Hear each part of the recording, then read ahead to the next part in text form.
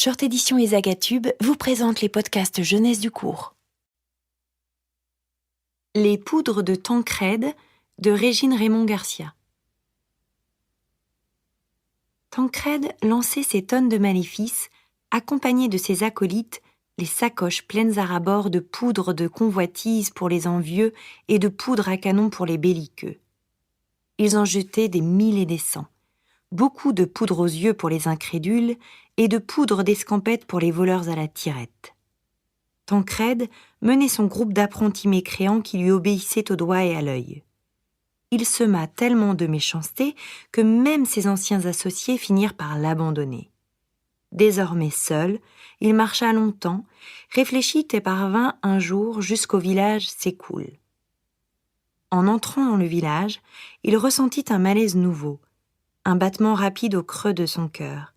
Il pensait à se reconvertir Il n'en avait aucune idée. Il ignorait qui devenir. Il avait toujours semé la zizanie dans le cœur des gens.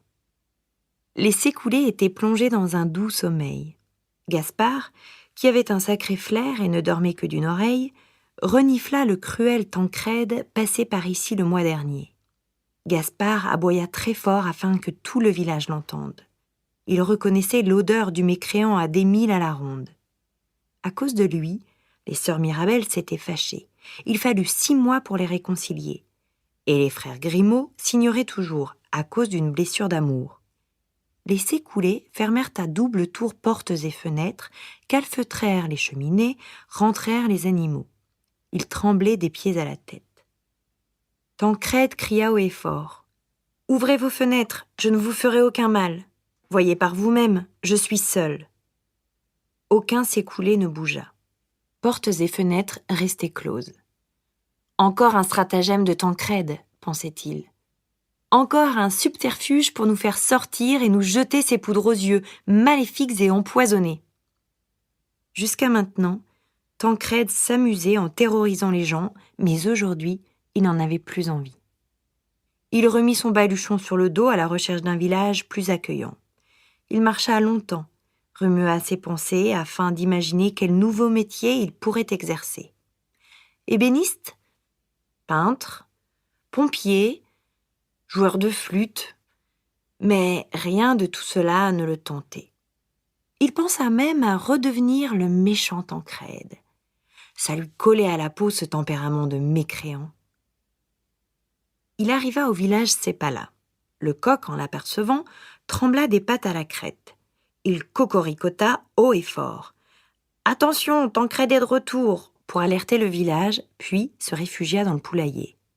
Les Sépalaciens fermèrent à double tour portes et fenêtres, calfeutrèrent les cheminées, rentrèrent les animaux. Tancrède ressentit le même malaise que la veille, un battement rapide au creux de son cœur, mélangé à quelque chose d'autre, quelque chose de nouveau. Une nausée au bord des lèvres. « Ouvrez vos fenêtres, je ne vous ferai aucun mal. Voyez par vous-même, je suis seul. » Un Sépalacien courageux cria « Va-t'en, on ne veut pas de toi. »« J'ai changé, je ne suis plus un mécréant. Qui es-tu alors ?» Tancrède réfléchit mais ne sut quoi répondre. Il toucha la poudre à canon dans sa sacoche et fut tenté de la jeter à tous les vents. Faire le méchant, c'est si facile. Faire le méchant, c'est si grisant.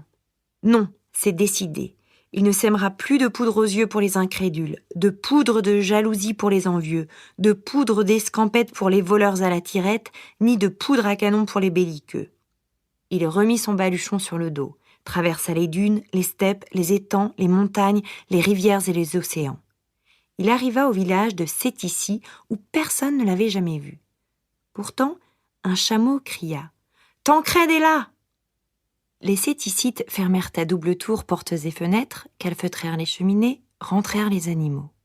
Il ressentit le même malaise, un battement rapide au creux de son cœur, mélangé à quelque chose d'autre, quelque chose de nouveau, une nausée au bord des lèvres, une peine à fleur de peau. « Ouvrez vos fenêtres, je ne vous ferai aucun mal. Voyez par vous-même, je suis seul. » Les Sétissites l'écoutèrent car c'étaient des gens tolérants. « Que veux-tu » Je veux fabriquer de la poudre d'argile pour les chevilles fragiles, des kilos de poudre d'amande pour les gourmands, des tonnes de poudre de riz pour les mamies, de la poudre colorée pour les feux d'artifice. Les céticides applaudirent. Ici, il y a les matériaux nécessaires à la fabrication de toutes tes poudres. Il ressentit un battement rapide au creux de son cœur, mélangé à quelque chose d'autre, quelque chose de nouveau, un sourire au bord des lèvres, une solidarité à fleur de peau, une joie au creux de son cœur. Il n'y eut plus de chevilles fragiles, les gourmands furent repus, les mamies eurent un joli teint de pêche et les fêtes de Sétici furent renommées pour leurs feux d'artifice. On vint de toutes les contrées pour les admirer. Parfois, des petites disputes éclataient. Mais la poudre de réconciliation faisait des miracles. Tancrède enseigna aux céticites l'art de créer des poudres miraculeuses qui fut transmis de génération en génération. Il vécut enfin heureux jusqu'à la fin de ses jours, entouré de nombreux amis fidèles, et sa renommée s'étendit dans tous les villages alentours. Short édition jeunesse, la littérature courte interdite aux parents.